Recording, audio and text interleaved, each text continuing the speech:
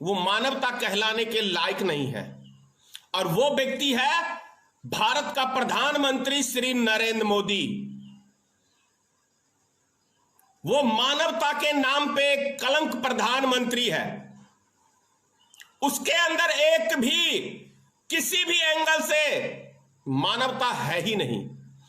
क्योंकि जैसी तस्वीरें हम लोग को देखने को मिल रही है, 2-2 हजार किलोमीटर से पैदल चल रहे हैं लोग, भूख प्यास से मर रहे हैं लोग। हमारी माता बहनें, 6 महीने का बच्चा किसी के पेट में है, किसी के 7 महीने का, किसी के 8 महीने का, और वो हजारों किलोमीटर पैदल चल रही है। और ये क्रूर प्रधानमंत्री, हिटलर प्रधानमंत्री, कंस प्रधानमंत्री भारत का, इसको दया नहीं आती है, इसको दया नहीं आती है। अपने आप में पता नहीं किस दुनिया में जीता है ये प्रधानमंत्री कि मजदूरों की परेशानी, हमारे देश में माता बहनों की परेशानी इस व्यक्ति को कहीं नजर ही नहीं आता है। इस व्यक्ति को यदि कुछ नजर आता है तो अपने शौक, फैशन, अच्छा ही कहा था श्री राहुल गांधी ने कि ये सूट बूट की सरकार है, कुछ बुरा नहीं कहा था। क्योंकि मोदी एक बार जो वस्त्र पहन लेता है उसे दोबारा वस्त्र नहीं पहनता है। शायद इस वस्त्र से याद आया कि इसीलिए मुझे लगता है अपनी घरवाली का साथ नहीं दिया इसने। जब वस्त्र पहनता है उसको छोड़ देता है, तो ऐसी चीजें इसको, और इसी के पार्टी में जो अभी कपिल मिश्रा है, उसी का बयान था कि प्रत्येक दिन नरेंद्र मोदी को नई नई चाहिए। आज उसके पार्टी के एक कदावर नेता है, और उसी को देखा आपने, दिल्ली में दंगे हुए थे और कैसे उसको Y+ की सुरक्षा दे दी गई। तो जो पोल पट्टी खोल दे उसकी तो बड़ी वो करते हैं मोदी जी। लेकिन बहुत अफसोस की बात है, 20 लाख करोड़ का राहत पैकेज। अब मैं एक श्री नरेंद्र मोदी का ही बयान दिखाता हूं भाषण देते हुए। आप इससे समझ सकते हैं कि नरेंद्र मोदी जी वो स्वयं क्या कह रहे हैं। एक सेकंड सर, मैं आपको भी एक दिखाता हूं, ये तस्वीर देख लीजिए। ये जो पैकेज घोषित करते हैं ना, और जो कुछ देते नहीं ना, अब उनको पैक कर करके भेजने का समय आ गया। संकट के समय एक पैकेज घोषित करने की फैशन हो गई है। भाई आपको कुछ मिलता है क्या? इतने पैकेज आते हैं, मिला है कुछ? आपको मिला है कुछ? ये जो पैकेज घोषित करते हैं ना, और जो कुछ देते नहीं ना, अब उनको पैक कर करके भेजने का समय आ गया। अब आप समझ गए होंगे कि जो सरकारें पैकेज घोषित करती हैं और देते नहीं हैं, ये प्रधानमंत्री स्वयं कह रहे हैं। प्रधानमंत्री जी का स्वयं का बयान है कि जो पैकेज घोषित करते हैं और वो पैकेज देते नहीं हैं, वैसे व्यक्तियों को पैक करने का समय आ गया है। मतलब ये आप बढ़िया से तर्क समझ लीजिए कि प्रधानमंत्री स्वयं कह रहे हैं कि पैकेज तो मैंने बहुत सारे दिए, जनता तक नहीं पहुंचा। बिहार में ही रख लो, पता नहीं कि 1.25 लाख करोड़ की, 125 करोड़ की पैकेज की बात किया था विधानसभा चुनाव में 2015 में, मुजफ्फरपुर की रैली में। नहीं दिया बिहार को। कहां गया वो पैकेज? या दिया होगा तो आपस में बांट लिया होगा। अब ये 20 लाख करोड़, आप समझ लीजिए 20 लाख करोड़। क्या गरीब किसी मजदूर को, जो व्यक्ति एक रेलगाड़ी की सुविधा नहीं दे सकता है, उनको घर तक नहीं पहुंचा सकता है, वो व्यक्ति क्या आपको राहत पैकेज की बात कर रहा है और वो दे देगा?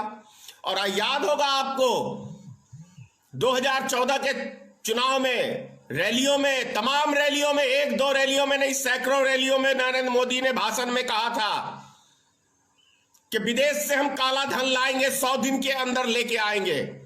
15-20 लाख रुपए तो यूं ही, इतना काला धन है विदेश के बैंक में, इतना काला धन है कि 15-20 लाख रुपया तो आपको यूं ही मिल जाएगा।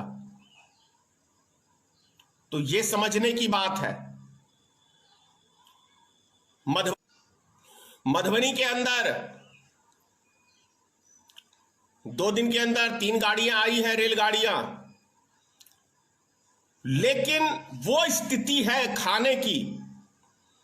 पिछले 50 दिन के अंदर 3 गाड़ियां, मात्र 3 गाड़ियां हैं, यानी 3,3300 आदमियों को लेके आया गया है, जो कि लाखों आदमी सिर्फ मधुबनी जिले के लोग बाहर फंसे हुए हैं। लगभग 2 महीना होने जा रहा है। अब उनको खाने पीने के लिए ऐसा व्यवस्था सरकार ने किया है, सरकार ने उनका ऐसा व्यवस्था किया है कि जैसे कोई जानवर को चारा नहीं देके भाग जाता है, वो तो जानवर को फिर भी मिला के खिलाता है, तो इस तरीके से चारा दे देता है, यानी खाना, और छोड़ देता है। और जैसे 4 कुत्ते नहीं उसके खाने के ऊपर झपटते हैं, उसी तरह से। एक तस्वीर में आपको और दिखा रहा हूं, रेलगाड़ी की ही है, कटिहार की। आप इस तस्वीर को देख के समझ सकते हैं। एक तस्वीर में आपको दिखा रहा हूं, ये खाने में देख लीजिए, ये तस्वीर को जरा ध्यान से देख लीजिए।